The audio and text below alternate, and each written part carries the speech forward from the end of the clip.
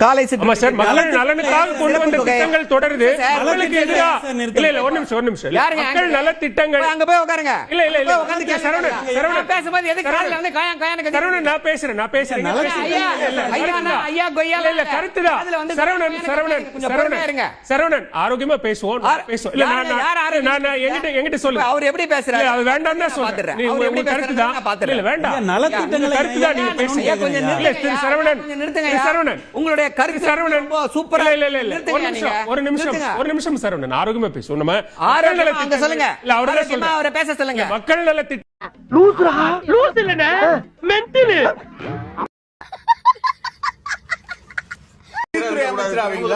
வாய்ப்பாடு தெரியாம ஆயிரத்துக்கும் கோடிக்கும் தெரியாது. சுதந்திர தினத்தை ரிப்பப்ளிக் டே அப்படின்னு முன்னாள் முதலமைச்சர் வாயில ஸ்லிப் ஆஃப் தி டங் வந்தது. பரந்தூர்ல நீங்க ரொம்ப கெட்டியா இருக்கிறதுக்கு வேறு சில காரணங்களையும் சொல்றாங்க. என்ன காரணம் ஒன்னே சொல்லிடுவீங்களே, சுத்தி திமுக காரன் இடம் தான் இருக்குன்னு. ஏங்க சுத்தி திமுக காரன் குடியிருந்தா அவங்க வீடு தான் இருக்கும். சுத்தி திமுக காரனே குடியிருக்க கூடாதா? ஏன் விடுதலை சிறுத்தாங்க இல்லையா?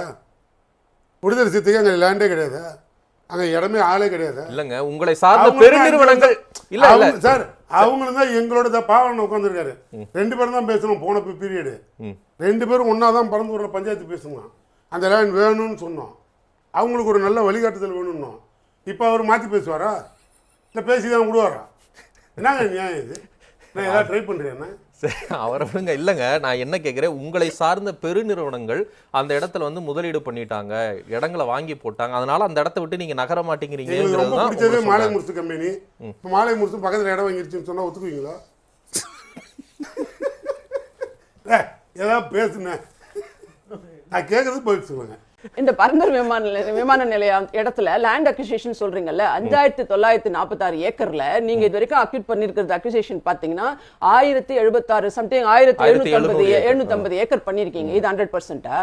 என்ன கணக்கு இது? எந்த ஒரு கணக்கு இது? காந்தி 100% முடிஞ்சிருச்சு. சரி இது 100%. அதான் கேக்குறேன். 2000 கூட வச்சுக்கோங்க, 1750 கூட வேணாம். 2000 எங்க, 5796 எங்க? இதுதான் 100%. சரி உங்க பெர்சன்டேஜ் கணக்கு அப்படிதான் இருக்கும். ஏன்னா உங்க எம்எல்ஏஸ் கணக்கே உங்க தலைவருக்கு தெரியாது. 91 97 காவிரி பிரச்சனை பத்தி பேசும்போது தள்ளுபடி 50,000 பண்ணாங்களா 75,000 பண்ணாங்களான்னு காவிரி பிரச்சனைக்காக போராடுறேன்னு ஆர்ப்பாட்டத்துக்கு போயிட்டு வந்த உதயநிதி சட்டமன்றத்துக்கு வெளியில திரும்பி அவங்க சீனியர்ஸை பார்த்து கேட்பாரு. யாருக்குமே பதில் தெரியாது. ஸ்டாலினை திமுக காரங்களை அது மாத்தணும்னு சொன்னாங்களா? திமுக காரங்க எதிர்ப்பு தெரிவிச்சாங்களா? ஒரு கட்சி முழுமையாக ஏற்றுக்கொண்ட ஒருவர் தான் தலைவராக இருக்க முடியும். அவர் தலைவராக இருக்கிறாரு. ஒரு மக்கள் முழுமையாக ஏற்றுக்கொண்டவர் தான் எதிர்கட்சி தலைவராக இருக்க முடியும். உதயநிதி எதிர்கட்சி தலைவராக இருக்கிறார், கட்சி பொறுப்புகள் இருக்கிறாங்க.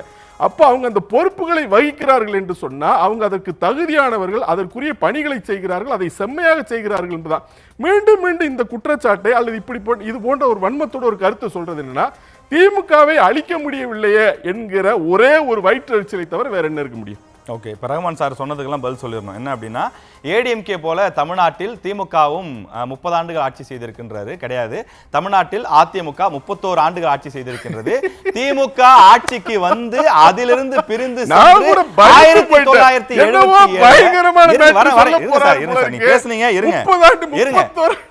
இருங்க.